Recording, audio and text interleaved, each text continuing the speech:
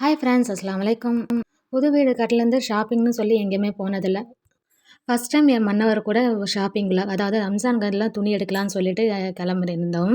கிளம்புறதுக்கு முன்னாடி பார்த்தீங்கன்னா, கிச்சன்லாம் பார்த்தீங்கன்னா, அந்த இருக்கிற பாத்திரம்லாம் நான் பார்த்து ஓன்னு சிரிச்சது.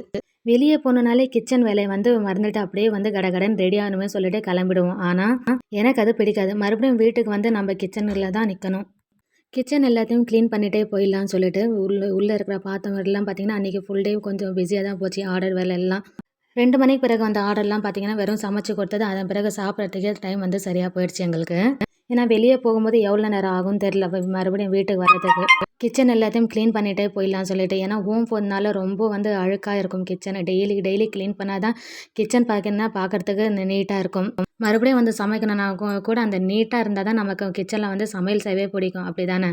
அந்த கூடையில இருக்கிற எல்லா சாமானும் எடுத்து அடிக்கிட்டு மட சாமான்லாம் தேய்ச்சி போட்டுடலான்னு சொல்லிட்டு, ஒவ்வொரு முறை ஆர்டருக்கு பிறகும் பார்த்தீங்கன்னா, இவ்வளோ சாமான் செய்கிறோம் எங்களுக்கு. அத்தனையும் பார்த்தீங்கன்னா, உடனே க்ளீன் பண்ணா தான் மறுபடியும் அடுத்த ஆர்டருக்கு செய்றதுக்கு கரெக்ட்டா இருக்கும்.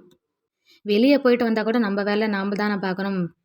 எல்லா சாமானும் தேய்ச்சிட்டு கிச்சன்ல இருக்கிற அந்த சிங்க்கு அது எல்லாத்தையும் அடுப்பெல்லாம் க்ளீன் பண்ணிடலான்னு சொல்லிட்டு சாமான் தான் தேய்ச்சிருந்தேன். முதல்ல வந்தோனே அந்த சாமான்ல தான் கைய வச்சேன்.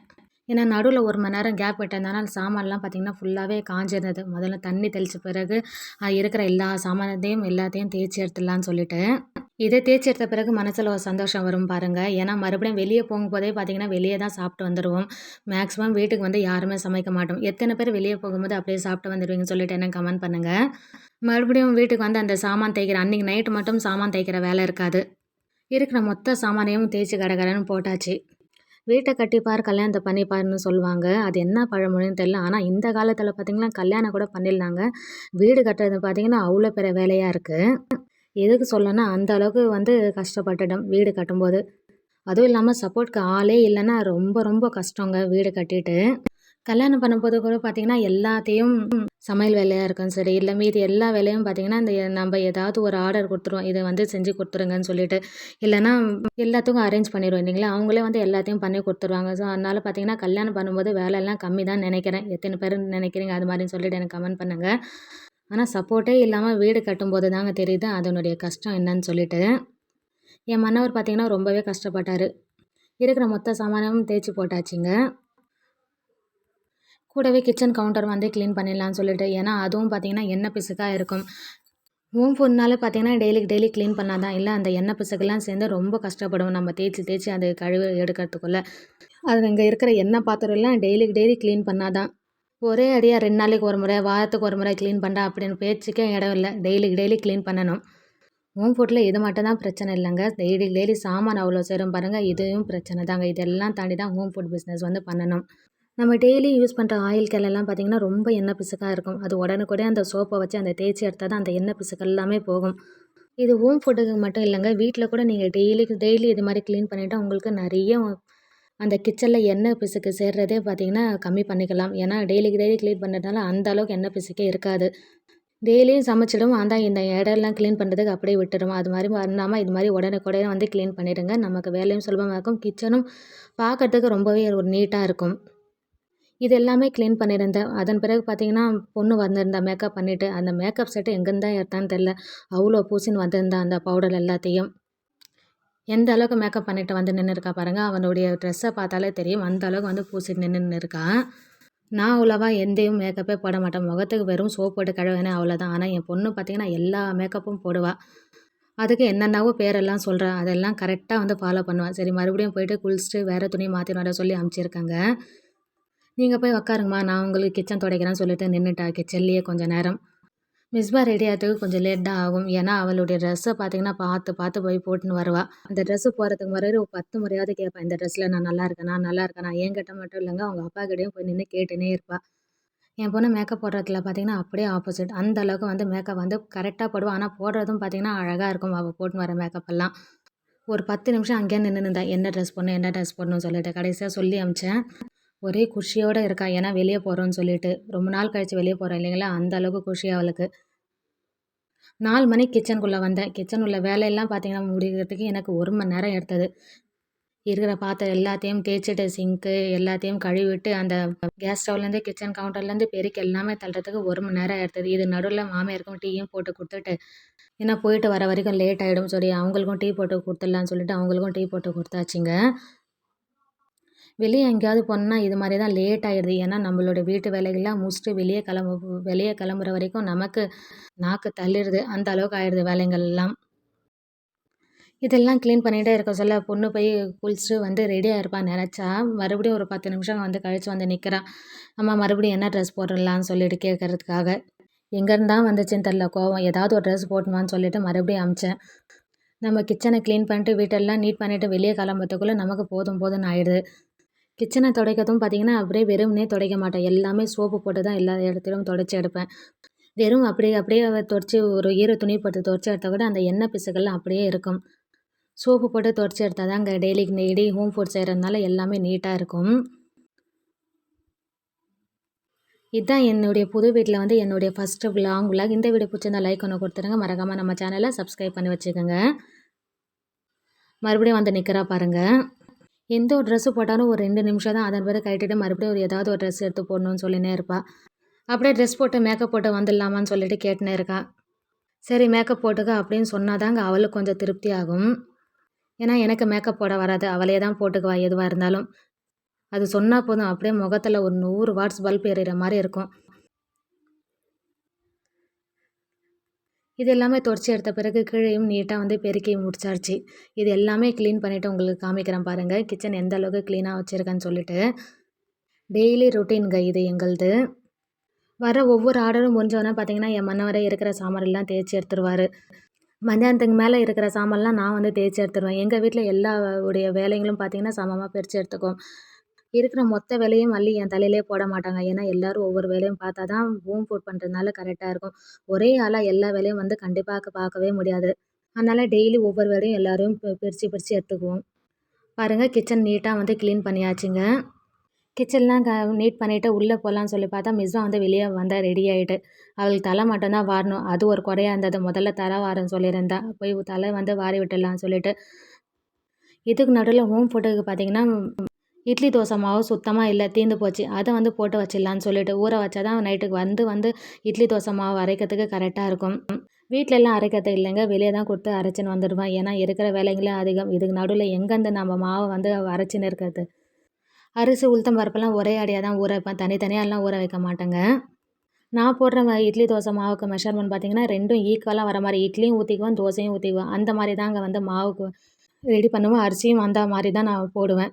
சில பேர்லாம் இட்லி ஊற்றணுன்னா அதுக்கேற்ற மாதிரி வந்து மாவு வந்து அரைப்பாங்க. தோசைனா தோசைக்கு ஏற்ற மாதிரி மாவு அரைப்பாங்க. ஆனால் என்ன ஹோம் ஃபுட்னால 2மே அதுக்கேற்ற மாதிரி இருந்தால் தான் மாவு இட்லி தோசை 2க்குமே யூஸ் பண்ண வரும். இதுக்கு நடுவில் குழி பணியாரம் ஆர்டர் வேறு வரும், ஸ்வீட் பணியாரம் வரும். இதுக்கு எல்லாத்துக்கும் செட் ஆகிற மாதிரி நான் வந்து மாவு வந்து அரைக்கணுங்க. ரேஷன் அரிசி தாங்க யூஸ் பண்ணுறேன். ரேஷன் அரிசி யூஸ் பண்ணுறதுனால அரிசியை பார்த்திங்கன்னா நல்லா வந்து அலசி எடுக்கணும். அப்போ தான் அந்த ரேஷன் அரிசியோட வாசனை வந்து இல்லாமல் இருக்கும். பாருங்கள் ரெடி ஆகிட்டு வந்தால் பாருங்கள். நாம் எங்கேயாவது வெளியே போகணும் தான் நம்ம உளுத்தம் பருப்பெல்லாம் அதில் போட்டு வச்சுருக்க மாட்டோம். கடைசிய நேரத்தில் இந்த உளுத்தம் பருப்பு நம்ம கழுத்தை இருக்கும். அது மாதிரி தான் ஆயிடுச்சு. உளுத்தம் பருப்பு டப்பாவில் சுத்தமாக இல்லை. அது போட்டு கடகடன்னு கிளம்பலான்னு சொல்லிட்டு மிஸ்பா வேறு இந்த ஜடை பின்னி விடுங்கன்னு சொல்லிட்டு பின்னாடியே நின்று இருந்தா. உளுத்தம் பருப்பு வாங்கி வச்சுருந்தேன். சரி உளுத்தம் பருப்பை டப்பாவில் கொட்டி வச்சிடலாம், ஒரே அடி அந்த வேலையை முடிஞ்சிடும் சொல்லிட்டு. பருப்பெல்லாம் தீர்ந்து போச்சுன்னா என் மன்னவரே பார்த்திங்கன்னா எல்லாத்தையும் போட்டு ஃபில் பண்ணி வச்சிடுவார். அந்த உளுத்தம் பருப்பு இல்லாத அவர் வந்து கவனிக்கல போல இருக்குது. சரி அந்த உளுத்தம் பருப்பை டப்பாவில் போட்டுட்டு அதன் பிறகு உளுத்தம் பருப்பை மெஷர் பண்ணிவிட்டு போட்டுடலான்னு சொல்லிட்டு. 1 கப்பு நீங்கள் அரிசி எடுத்திங்கன்னா 1/4 கப் அளவுக்கு உளுத்தம் பருப்பு. இதுதான் என்னுடைய மெஷர்மெண்ட்டு. நீங்கள் எப்படி போடுவீங்க, இட்லி தோசைக்கு மாவு எப்படி அரைப்பீங்கன்னு சொல்லிட்டு எனக்கு கமெண்ட் செக்ஷனில் கமெண்ட் பண்ணுங்கள். நான் இந்த மாதிரி தாங்க மெஷர் பண்ணி போடுவேன். இட்லி தோசை குழி பணியாரம் அதன் பிறகு பார்த்திங்கன்னா ஸ்வீட் பணியாரம் எல்லாத்தையும் இதுலேயே வந்து நான் போட்டுக்குவேன். ஆனால் வெந்தயம் மட்டும் கொஞ்சம் அதிகமாக சேர்த்துக்குவேன். ஏன்னா அந்த தோசை வந்து நல்லா வாசமாக இருக்கும். ஸோ அதனால் பார்த்திங்கன்னா வெந்தயம் மட்டும் கொஞ்சம் அதிகமாக வந்து சேர்த்துக்குவேன். ஒரு 1/4 கிளாஸ் அளவுக்கு சேர்த்துக்குவேன். அதாவது 3 பங்கு அரிசி எடுத்தேன்னா ஒரு 1/4 கிளாஸ் அளவுக்கு நான் வெந்தயம் வந்து சேர்த்துக்குவேன். அப்போ தான் அந்த தோசைலாம் நல்லா மணமாக இருக்கும். எனக்கு தோசை ஆர்டர் அதிகமாக வரும். ஸோ அதுக்கேற்ற மாதிரி வந்து நான் அரைச்சிக்குவேன் மாவு. அரிசியை பார்த்திங்கன்னா நல்லா வந்து அலசி எடுத்துக்குங்க. அப்போ தான் அந்த ரேஷன் கடை அரிசியோட வாசனை வராமல் இருக்கும். ஒரு 4, 5 முறை அலசி எடுத்தது மறுபடியும் நீங்கள் மிஷினுக்கு அரைக்க கொடுப்பீங்க இல்லைங்களா? அதன் பிறகு மறுபடியும் ஒரு 2 முறை அலசிட்டு அதன் பிறகு மிஷினுக்கு கொடுத்து அனுப்பிச்சிடுங்க. அப்போ தான் அந்த நல்லாயிருக்கும் இட்லி, தோசை எல்லாமே. பார்க்கறதுக்கு இட்லி கூட பார்த்திங்கன்னா நல்லா வெள்ளையாக வரும்.